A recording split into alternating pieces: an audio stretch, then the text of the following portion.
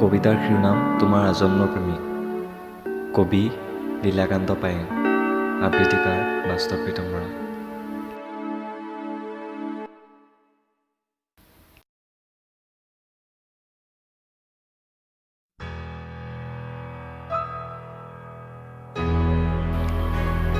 তোমাক ভাল পাই কি পালো কি হেৰুৱালো, কিনো বাকী থাকিল। তোমাক ভাল পাই দিলো কি মই, কি পালা তুমি সকলো সপিতি।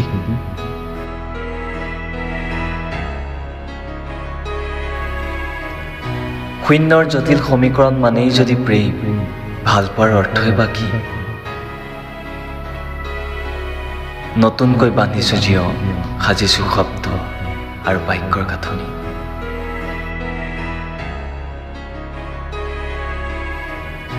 তোমাৰ বিয়াত যাবলৈ মই প্ৰস্তুতি চলাইছোঁ।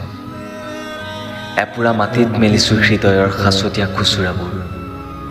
হাতৰ মুঠিয়ে মুঠিয়ে ভৰাই আনিম তোমালৈ মোৰ শেষ উপহাৰ। বিয়াৰ ৰভাতলিত হোমৰ ঘূৰিত ছটিয়াম ৰামধেনুৰ ৭টা ৰং, কেৱল তোমাৰ বাবে। জীৱনৰ শ্ৰেষ্ঠতম উপহাৰ দি হ'ম তোমাৰ আজন্ম প্ৰেমিক, কিয়নো তোমাৰ জীৱনৰ প্ৰথম পাঠ, মোৰ জীৱনৰ শেষতম বচন। তোমাৰ সুখ মোৰ জীৱন সাৰ্থক।